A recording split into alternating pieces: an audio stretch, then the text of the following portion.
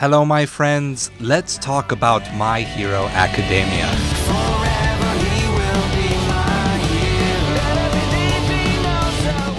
We go from Season 1's question of what motivates a hero to being fully immersed in the world of heroes, forced into it by the League of Villains, and thus moving up the deadline on Deku's ultimate responsibility as All Might's successor because All Might extremely exhausted his power in the fight against Nomu. But after an extremely short rest period, Class A is thrust immediately back into the thick of it, because the annual sports festival is starting, and this time Deku has to find a way through when most of the classmates he had worked with before are gunning for his neck. The new question for Season 2, what are a hero's burdens? Deku enters the tournament apprehensive, still not confident that he can use his powers without ripping his own body apart.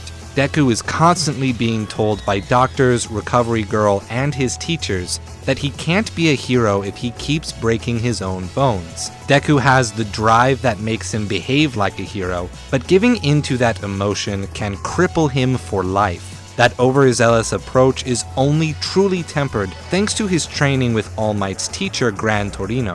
Deku fully grasps the knowledge that he can't save others if he's the one that needs saving, but it wasn't any of his teachers that made that knowledge click. Rather, it was Todoroki's struggle against his father and the fire quirk that Todoroki inherited from him. The number 2 hero Endeavor engaged in some pretty messed up eugenics practices, using his money to arrange a marriage with a compatible quirk and making Todoroki's mother bear multiple children until one with both of their quirks developed, all for the sake of being proven better than All Might. Todoroki's obsession with rejecting his father made him unable to accept that aspect of his own abilities, and thus Todoroki could never reach his full potential. So Deku ignored his own limits in order to save Todoroki from himself. But part of me has to believe that Deku realized some of the hypocrisy in this, and that, plus Gran Torino's training, unlocked Deku's ability to use One for All in full cowl mode, a power that Deku will need once the hero killer Stain walks onto the scene. Following the sports festival, the students are assigned to internships where they shadow professional heroes. Some of them get in some serious training, while others become disenchanted by how so many treat the professional hero lifestyle as marketing strategies to gain celebrity, to feed their pride and egos, or even just to make a lot of money as a regular business. The hero killer Stain is a radical ideologue that is reviled by the state of the hero society, the world of dishonesty and selfishness where people dirty the word hero with their factory line approach to the idea. To Stain, only All Might is deserving of the title, and he is happy to kill any hero he comes across until he finds someone else, another hero like All Might. Stain stalks professional heroes as his targets in order to determine their motivations, the reason that they pursue the hero profession, and Stain's criteria for whether someone is actually heroic or not is whether that hero is being truly altruistic. In other words, truly sacrificing yourself because you recognize the inherent value in others. In Stain's mind, when you pursue this title of hero for selfish reasons, you're not inherently different from the villains. You're only doing the job for your own benefit.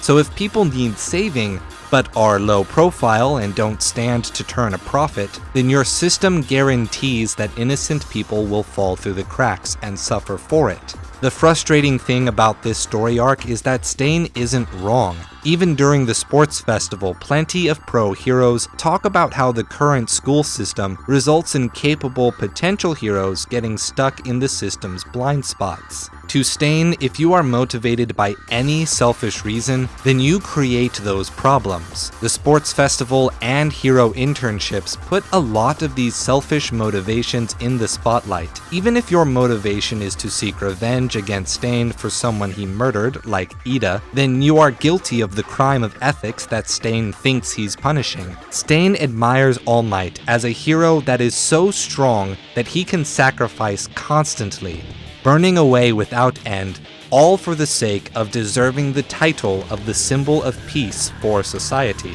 Stain believes that dying at the hand of All Might will make him into a martyr, and thus restore true altruism to the world.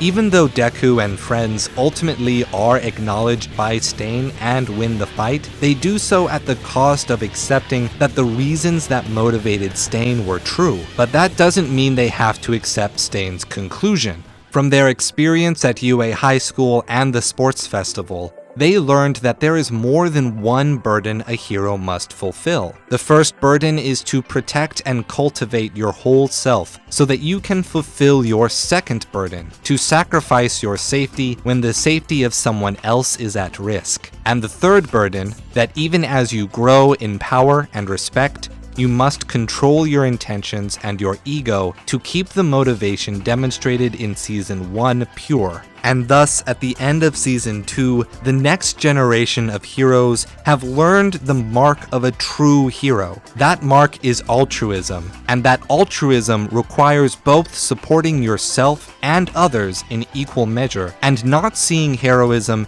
as a means to other goals. Thank you for watching, my friends. We're going to continue our dive into the philosophical themes of My Hero Academia tomorrow with Season 3. Same time, same place, so remember to subscribe and hit the notification bell so you don't miss it.